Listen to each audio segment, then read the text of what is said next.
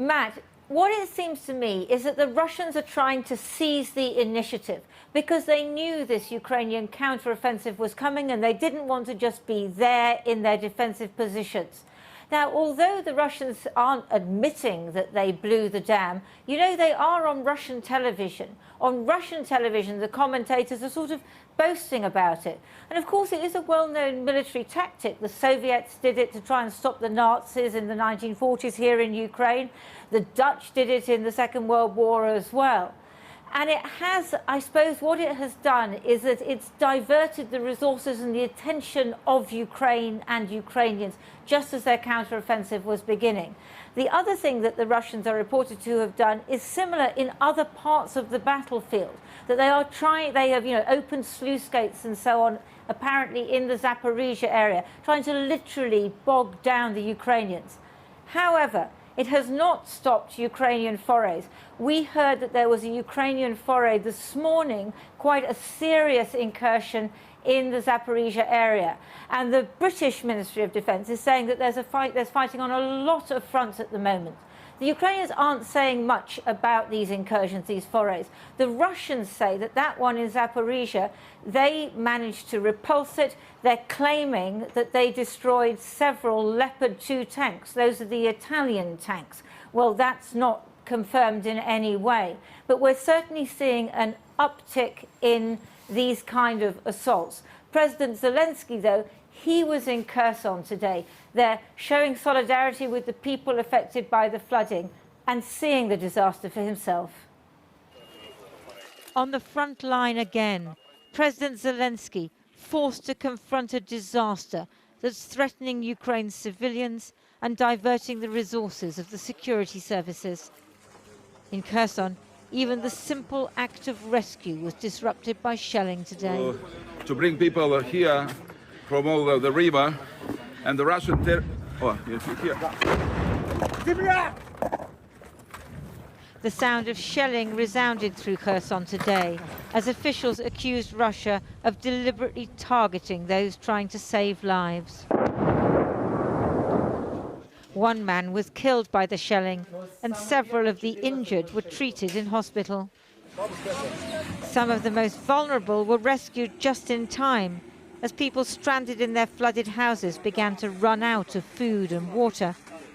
In Mykolaiv, flooded overnight, this is the best way to cross the road. But 400 kilometers upriver, according to the Russians, the Ukrainian offensive is underway.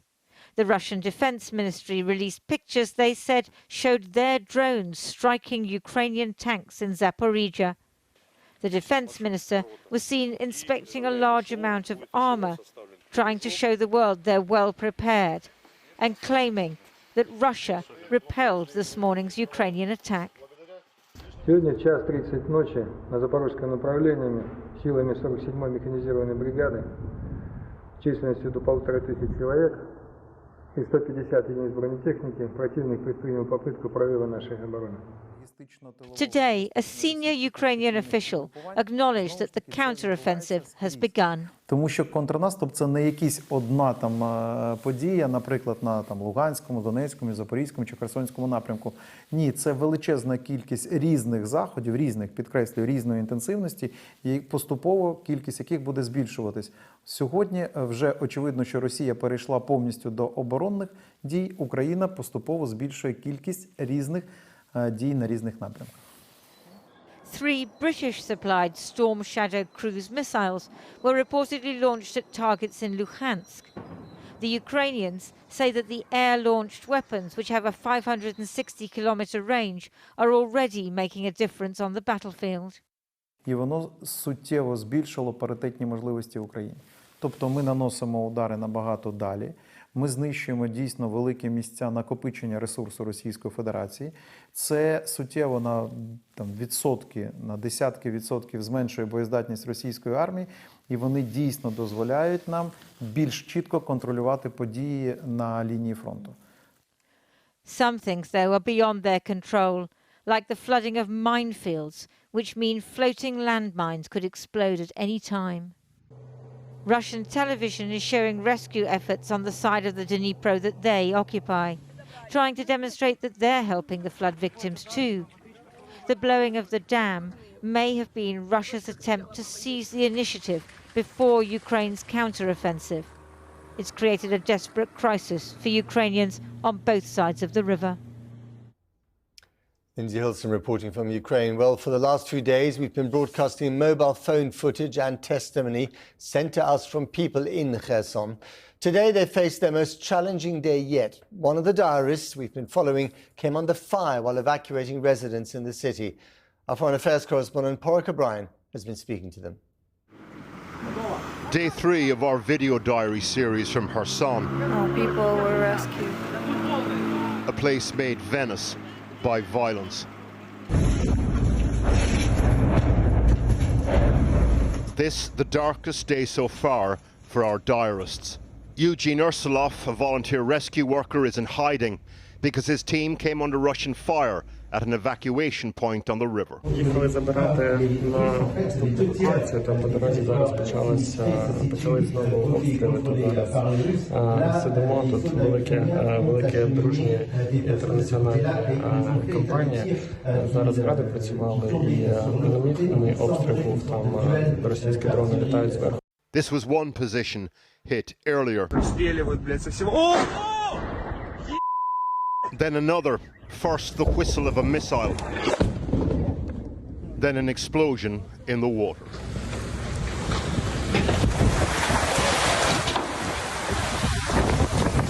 In a different incident, Eugene's team came under fire. He spoke to us just after it happened. My teammate, who is using another second ambulance, she got under attack, and she already, have you heard it? She already... Was that an explosion just now? Yeah. This explosion just now.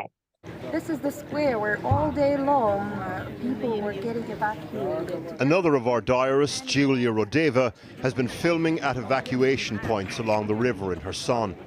Families rescued from flooded homes, brought to safety. The landing spots are full of children, the elderly, medics and volunteers, like Eugene and his team.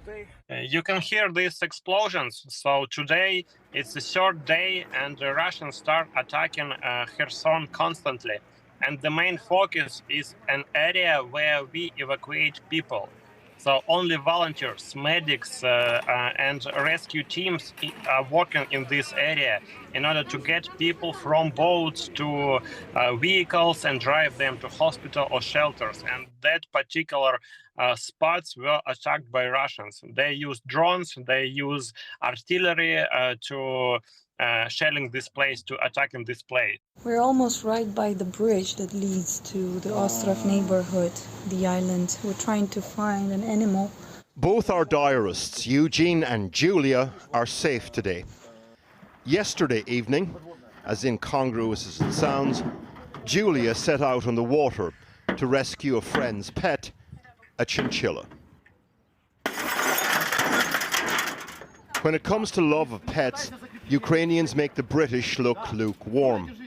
So, Julia and her partner took to the floodwaters, which contain floating mines, remember, to save what is, let's face it, a giant rat. The scramble to save pets as well in a war is perhaps about reclaiming the things that make you feel human. So, animals and their owners at the evacuation points, which were targeted by Russian shelling today.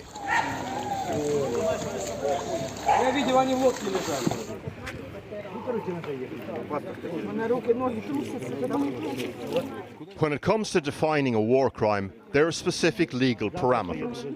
Here are some.